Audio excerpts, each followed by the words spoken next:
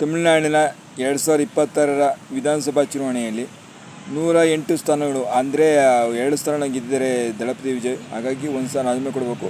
ಹಾಗೆ 107 ಸ್ಥಾನ ಲೆಕ್ಕಕ್ಕೆ 107 ಸ್ಥಾನಗಳೊಂದಿಗೆ ಗರಿಷ್ಠ ಸಂಖ್ಯೆಯಲ್ಲಿ ಗೆದ್ದಿದ್ರೂ 118 ಸ್ಥಾನ ಹೊಂದಿಲ್ಲ. ಅದಕ್ಕೆ ಬಹುಮತಕ್ಕೆ ಕೊರತೆ ಇದೆ.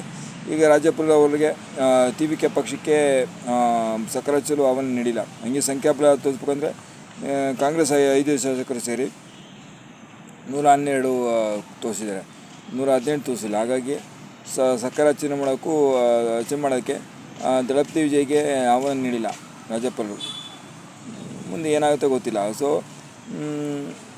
ಕಾನೂನು ಹೋರಾಟಕ್ಕೆ ಹೈಕೋರ್ಟ್ ಮೊರೆ ಹೋಗೋಕ್ಕೆ ಮುಂದಾಗಿದ್ದಾರೆ. TVK ಪಕ್ಷದ ಮುಖ್ಯಸ್ಥ ವಿಜಯ್ ಅವರು ಡಿಸ್ಕಷನ್ ಮಾಡ್ತಾರೆ. ಈಗ ವಿಜಯ್ ಬಗ್ಗೆ ಮಾತಾಡೋಣ. 2009ರಲ್ಲಿ ಅವರು ಸಾಮಾಜಿಕ ಕಳಕಳಿ ಒಂದು ಸಾಕಷ್ಟು ಸಮಾವೇಶ ಮಾಡ್ತಾಯಿದ್ರು.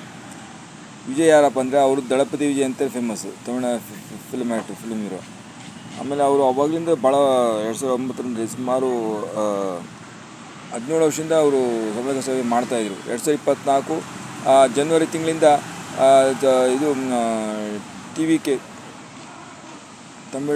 ತಮಿಳಗ ವೆಟ್ರಿಗಂ ಕಳಗಂ ಪಕ್ಷ TVK ಪಕ್ಷ ಮಾಡಿದ್ದು ಈಗ ಅಧಿಕಾರಕ್ಕೆ ಬಂದಿದ್ದಾರೆ. ಸೊ ಅವರ ಧರ್ಮದ ಬಗ್ಗೆ ನೋಡಿ ಯಾರು ಇವರು ಅಂತ.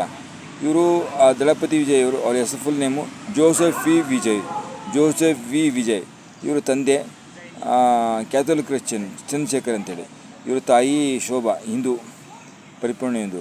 ಸೊ ಆದರೂ ಇವರು ಯಾವ ಧರ್ಮ ಸೇರ್ತಾರೆ ಅಂದರೆ ಕ್ಯಾಥೋಲಿಕ್ ಕ್ರಿಶ್ಚಿಯನ್ಗೂ ಸೇರ್ತಾರೆ. ಹಾಗಾಗಿ ಇವರು ಸೆಕ್ಯುಲರ್. ಹಾಗಾಗಿ ಕಾಂಗ್ರೆಸ್ ಪಕ್ಷ ಇವರು ಬೆಂಬಲಿಸಿದೆ. BJP ಇವರು ಬೆಂಬಲಿಸೋಗಳು ಬೆಳಕಡೆ ಹಿಂದೆ ಮುಂದೆ ನೋಡ್ತಿದೆ, ಯಾಕೆಂದರೆ ಅವ್ರು ಕ್ರಿಶ್ಚಿಯನ್ ಅಂತ ಅದರದ್ದು ರಾಜಕೀಯ ಮಾಡಿದ್ದಾರೆ. ಸೊ ಆದರೆ ಇವರು ವಿಜಯ್ ಅವರು ಹಿಂದೂ ದೇವಗಳಿಗೆ ಬಿಡಿ ಹೇಳ್ತಾರೆ. ಆಮೇಲೆ ಇವರು ಸಾಯಿಬಾ ಭಕ್ತರು. ಆ ವಿಚಾರದಲ್ಲಿ ಒಂಥರ ಬಳಕೆ ಭಾಳ ಜನ ಎಲ್ಲರಿಗೂ ಇಷ್ಟ ಆಗ್ತಾರೆ. ಇವರು 624 ಕೋಟಿ ರೂಪಾಯಿ, 624ರಿಂದ 625 ಕೋಟಿ ರೂಪಾಯಿ ಆಸ್ತಿ ಹೊಂದಿದ್ದಾರೆ. ಇವರಿಗೆ ಪತ್ನಿ ಹಾಗೂ 2 ಮಕ್ಕಳಿದ್ರು. ಅವರು ಡೈವರ್ಸ್ ಪಡ್ಕೊಂಡಿದ್ದಾರೆ, ಅವ್ರ ಜೊತೆ ಇಲ್ಲ. ಸುಮಾರು 52 ವರ್ಷ ಆಗ್ತಾ ಬಂದರು ಇವರು ಹೀರೋ ಆಗಿದ್ದಾರೆ. ಹೀರೋ ಜನಪ್ರಿಯ ಆಗಿದ್ದಾರೆ.